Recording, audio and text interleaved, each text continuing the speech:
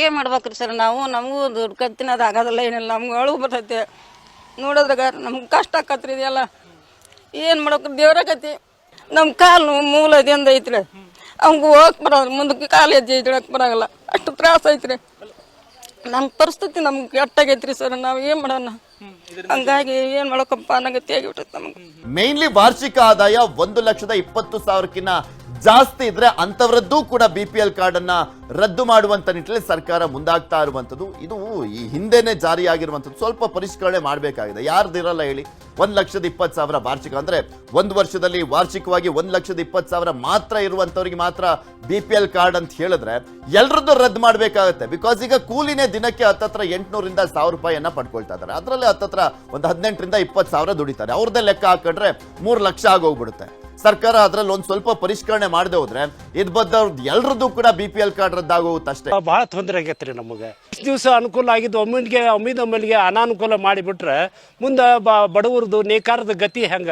ಏಕೈಕಿ ಒಮ್ಮಿಗೆ ನೀನೇತು 1,20,000 ರೂಪಾಯಿ ನಿಮ್ದು ಆದಾಯ ಐತೆ ಅಂದ್ರೆ ಎಲ್ಲಿಂದ ತರಬೇಕು? ನಾವು ತಿಂಗಳ ಮಾಸಾಸನದ ಮೇಲೆ ಜೀವನ ಮಾಡೋರು ನಾವು.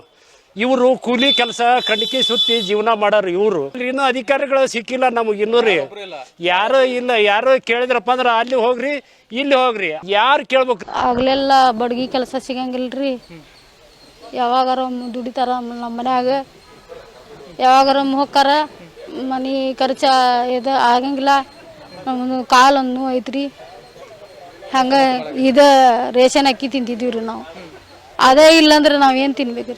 ಈಗ ಫೋನ್ ಪೇ ಮಾಡಿದಾಗ ಒಬ್ರು ಯಾರು 6,000 ಇರ್ತೈತಿ. ನಾವು 5-6 ಮಂದಿ ಕೂಡಿ ಹಮಲಿ ಮಾಡೋ ಹೊತ್ನಾಗ ಒಂದು 8 ಮಂದಿ ಸೇರಿಸಿ ಹಾಕಿರ್ತಾರೆ. ಸೇರಿಸಿ ಹಾಕಿದಾಗ ಅವರು ರೊಕ್ಕ ಜಾಸ್ತಿ ಇರ್ತೈತಿ. ಅವಾಗ ನಾವು ನನ್ನ ಮೊಬೈಲಿಗೆ ಟ್ರಾನ್ಸಾಕ್ಷನ್ ಆಗುತ್ತೆ. ನಾವು ಅವ್ರಿಗೆಲ್ಲ ಬೇರೆಯವ್ರಿಗೆ ಕೊಟ್ಕೊಂಡು ಮತ್ತು ನಿಮ್ಮದು ಇದಂತೆ 1,20,000 ರೂಪಾಯಿ ಒಂದು ವರ್ಷಕ್ಕೆ ಆಗುತ್ತಂದ್ರೆ ಮತ್ತು ದುಡಿಲಾರ್ದ ಇವ್ರು ಅಕ್ಕಿ ತಿನ್ಕೊಂಡು ಸುಮ್ಮನೆ ಕುಂತು ಬಿಡೋಣ ಮನ್ಯಾಗ. ಹಂಗಂದ್ರೆ ರೇಷನ್ ಕಾರ್ಡ್ ರದ್ದು ಮಾಡಿದಕ್ಕೆ ಬೇಕಂತ ಮಾಡ್ರಿ. ಅಂದ್ರೆ ಇದ್ದವ್ರಿಗೆ ರದ್ದು ಮಾಡಿಲ್ರಿ. ಅವರು ಯಾರು ಇರಂಗಿಲ್ಲ ಅವ್ರು ನೋಡಿ ರದ್ದು ಮಾಡ್ಯಾರ. ಅಂದ್ರೆ ಪರದಾಟ ಬೇಕು, ಆಮೇಲೆ ಆನ್ಲೈನವ್ರಿಗೆ ಕೆಲಸ ಬೇಕು, ಆಮೇಲೆ ರೇಷನ್ ಆಫೀಸ್ನವ್ರಿಗೆ ಕೆಲಸ ಬೇಕು. ಅವ್ರಿಗೆ ನಾವು ಮಾಡಕತ್ತೀವಿ ಅಂತ ಅನಿಸಿರ್ಬೇಕು, ಗೌರ್ಮೆಂಟ್ನಾಗ ನಾವು ಕೆಲಸ ಮಾಡಕತ್ತೀವಿ ಅಂತ ಅನಿಸಿರ್ಬೇಕು. ಆಮೇಲೆ ನಡುವೆ ನಮ್ಮಂಥವ್ರಿಗೆ ತ್ರಾಸ ಕೊಡ್ಬೇಕು.